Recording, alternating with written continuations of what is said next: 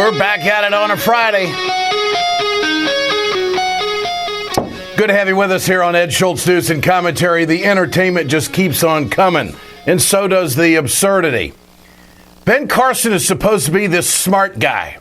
He says shit that isn't true.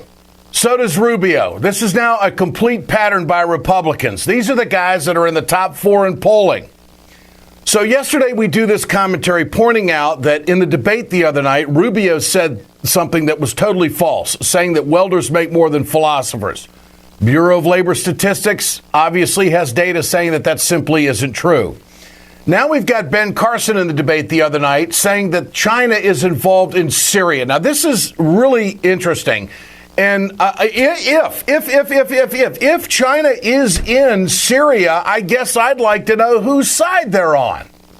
But he's coming out with stuff that he can't back up. And this is the failure of the mainstream media to not go to Carson and say, what's your source?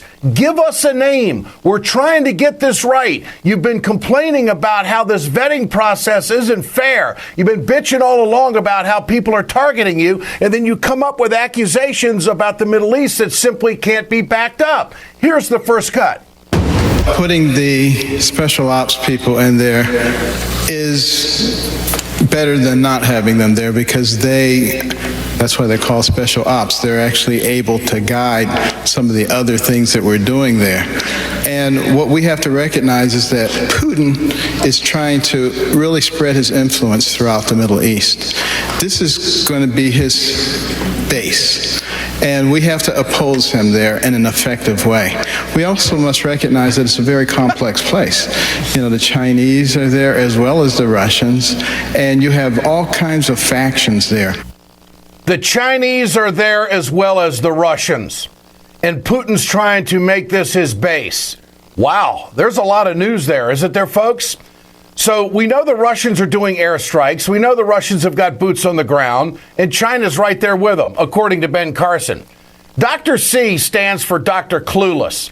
This guy has no idea what the hell is going on in the Middle East, nor does he have any kind of solution on how to deal with it. Listen to this. Some questions have been raised about your suggestion last night that China is involved in Syria. Can you clarify that? Well, China has been trying to extend its influence not only throughout the Middle East, but throughout Africa and in several locations. And their interest extends into that region as well. I would have to refer you to some other people to get you the actual data, but they've shown it to me. Who are the people that have shown you this, Mr. Carson? Give us a name. Do you know who you're talking to? Do you know the names of people who give you information? Is it someone in your campaign? Is it some kind of hidden national security advisor? Is it a top secret agent that's gone rogue that has given you information about what China's doing in the Middle East? This is the administration's response to all of this BS. I really can't speak to what he was referring to, but unless you're talking about having a diplomatic presence, I'm not sure what he was referring to. Military involvement, which was the implication. I have not seen any evidence of Chinese military involvement in Syria. Okay, so Ben Carson has information that the administration doesn't have. I find that very intriguing, and I also find it an absolute lie. Ben Carson is a pathological liar. He doesn't know what the truth is, and Trump has called him out on it. Now, Trump went on his own rant in Iowa yesterday about being a pathological liar, and it's a disease. He connected it to child molesting. I mean, Trump, you have to give him credit. When he gets off script, he's an unguided missile. You have no idea where the entertainment value is going to end up. But the fact is that both Rubio and Carson are throwing out things on the campaign trail and saying things that, number one, can't be backed up, number two, aren't proven to be true. And this plays right into the fact why there are insiders in backroom doors, backroom rooms, trying to do deals to try to get Mitt Romney, come save us. Give us some credibility. We don't want Trump. We don't want Carson. We're kind of trying to build up Rubio, but he's lying about stuff too.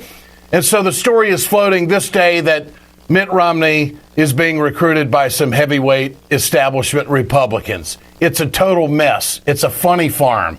It's entertaining, and it's all screwed up. And at this point, if the election were held today, any Democrat would walk right into the White House. Because eventually, this is all going to catch up with them. And eventually, as it gets closer to Iowa, I do believe that the media is going to zero in on these inaccuracies and make them a story.